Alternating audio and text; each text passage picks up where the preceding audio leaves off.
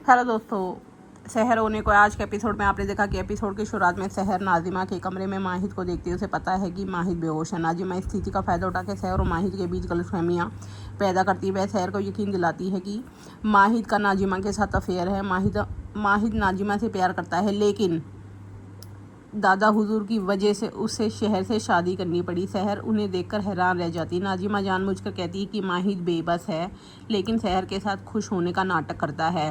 वह दादा हुजूर को दुख नहीं पहुंचाना चाहता। दादा हुजूर ने भी उसे सहर के साथ नहीं देख सकते। नाजिमा कहती है कि माहिद सहर को नज़रअंदाज नहीं कर सकता क्योंकि सहर उससे चिपकी हुई है। वह दादा हुजूर के खातिर उसे बर्दाश्त कर रहा है। दादा हुजूर भगवान से प्रार्थना करेंगे कि सहर को उसकी ज़िंदगी से निकाल दिया जाए।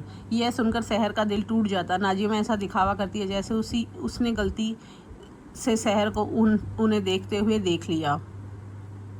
सहर वहाँ से भाग जाती है। उस पर नज़र रखती है। नाजिमा सहर को रोकती है। वह कहती है कि उसे कुछ गलतफहमी हो गई थी। सहर कहती है कि उसने माहिद को अपने कमरे में देखा।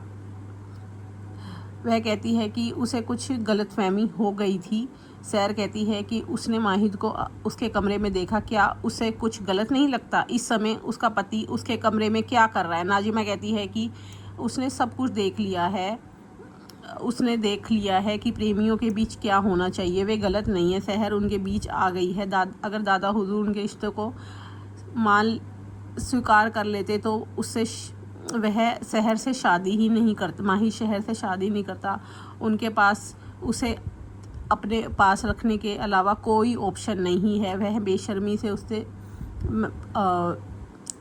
सहर बेशर्मी से उससे चिपकी हुई है। यह सुनकर सहर को बहुत दुख होता है। नाजिमा उससे माहिद की ज़िंदगी से चले जाने की मांग करती है। वह यह सबके भले के लिए है। माहिद उससे यह बात करना चाहता था, इसलिए उसने उसे अपनी तरफ से कहने के लिए भेजा है। सहर उसे पूछती है कि माहिद ने उसके सामने क्यों नहीं कहा, क्या उसमें हिम्मत नहीं है?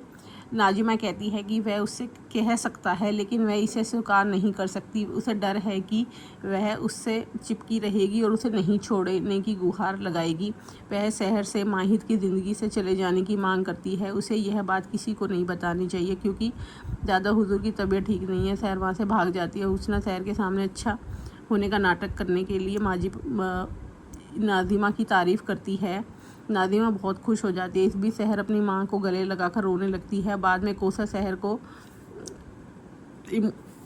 इमोशनली मनाने की कोशिश करती है। सहर उससे शिकायत करती है कि माहिद ने उसे धोखा दिया। उसकी माँ सही थी। नाजिमा और माहिद प्रेमी हैं। माहिद ने उसे धोखा दिया है। वह बुरा इंसान नहीं है। कोसर उससे कहती है कि परवेज़ ने भी उसे धोखा दिया था। वह लखनऊ में काम करने के लिए गाँव छोड़कर चला गया था। उसने वहाँ सफ़िया से शादी कर ली। उसे वहाँ भी वैसा ही दर्द हुआ था। यह शहर का पहला प्यार था, इसलिए दर्द हो रहा है। उसे इस दर्द से बाहर निकलना होगा। सहर कहती है कि वह उससे प्यार नहीं करती। बाद में माहिद की नींद खुलती है। उसे एहसास होता है कि वह ज़्यादा सो गया। वह अपने कमरे में सहर को ढूंढता है। वह वहाँ नहीं होती। नाजिमा बहुत खुश है और हुस्ना से अपनी खुशी जाहिर करती है। हुस्ना कहती है कि अब हमें माहिद को मनाना होगा।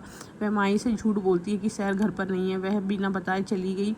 वह माहिद को सहर के खिलाफ भड़काती है। माहिद सहर को ढूंढने के लिए बाहर जाना चाहता है।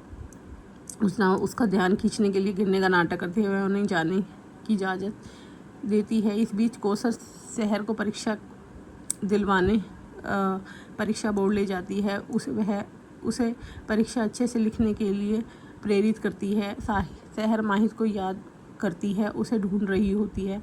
माहिद भी सहर को ढूंढ रहा होता है। अब आगे का एपिसोड जानने के लिए हमारे चैनल को लाइक और सब्सक्राइब कीजिए।